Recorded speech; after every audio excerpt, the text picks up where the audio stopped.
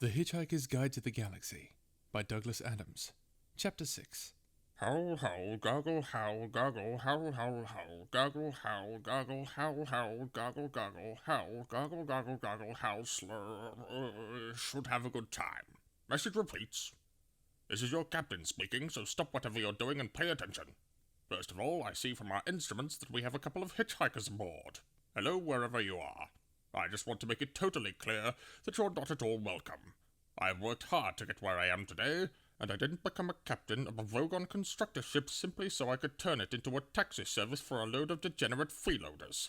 I have sent out a search party, and as soon as they find you, I will put you off the ship. If you're very lucky, I might read you some of my poetry first. Secondly, we are about to make the jump into hyperspace for the journey to Barnard's star. On arrival, we will stay in dock for a 72-hour refit, and no one is to leave the ship during that time. I repeat, all planetary leave is cancelled. I've just had an unhappy love affair, so I don't see why anybody else should have a good time.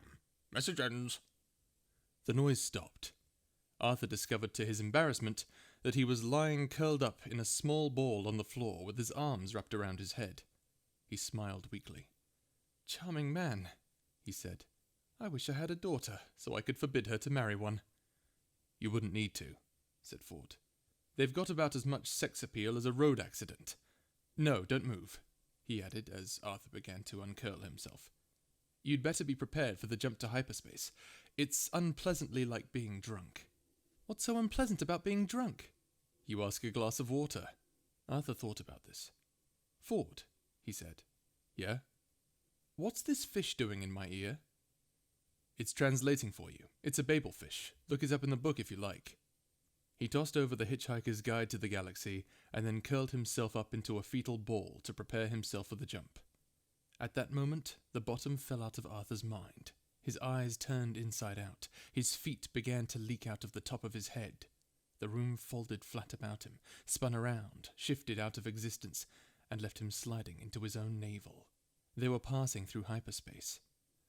"The Babel fish," said the Hitchhiker's Guide to the Galaxy quietly, "is small, yellow, and leech-like, and probably the oddest thing in the universe.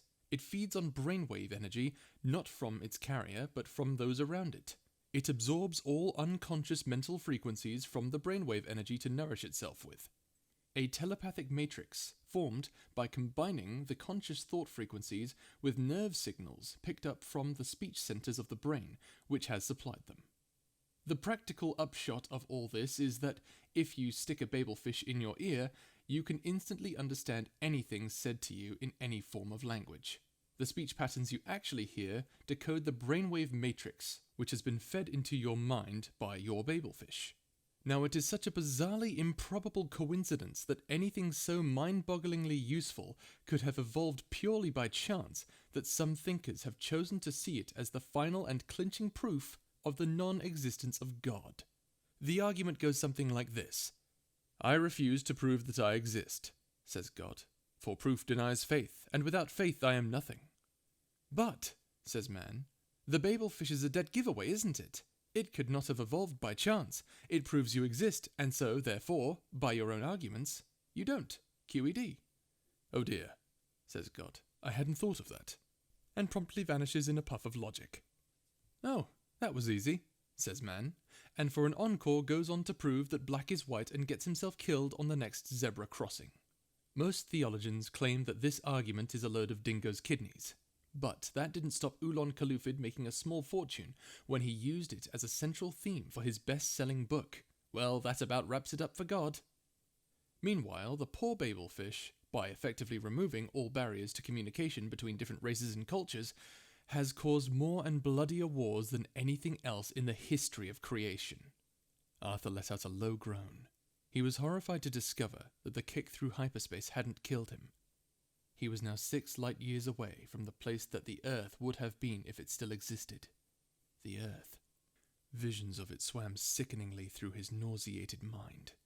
There was no way his imagination could feel the impact of the whole Earth having gone. It was too big. He prodded his feelings by thinking that his parents and his sister had gone. No reaction. He thought of all the people he had been close to. No reaction.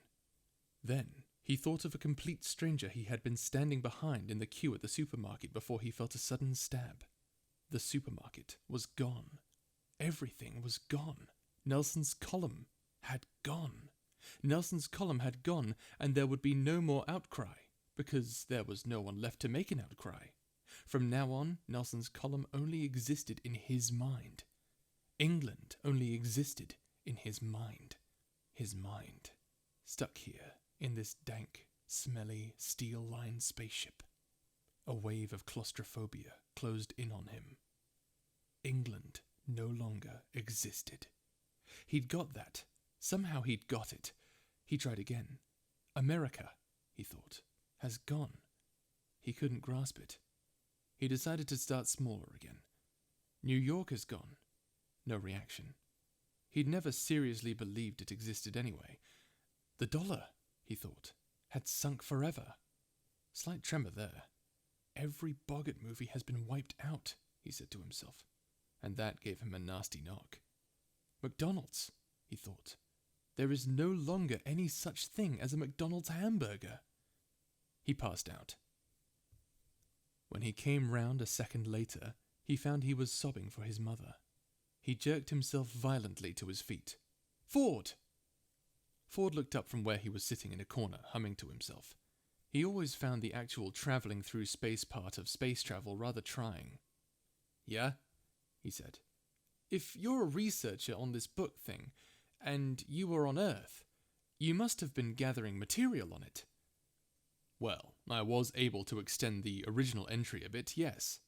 Let me see what it says in this edition then. I've got to see it. Yeah, okay. He passed it over again. Arthur grabbed hold of it and tried to stop his hands from shaking. He pressed the entry for the relevant page. The screen flashed and swirled and resolved into a page of print. Arthur stared at it. It doesn't have an entry, he burst out. Ford looked over his shoulder. Yes, it does, he said. Down there, see at the bottom of the screen, just under Eccentrica Galumbits, the triple-breasted whore of Eroticon 6. Arthur followed Ford's finger and saw where it was pointing. For a moment, it still didn't register. Then his mind nearly blew up. What? Harmless? Is that all it's got to say? Harmless, one word. Ford shrugged.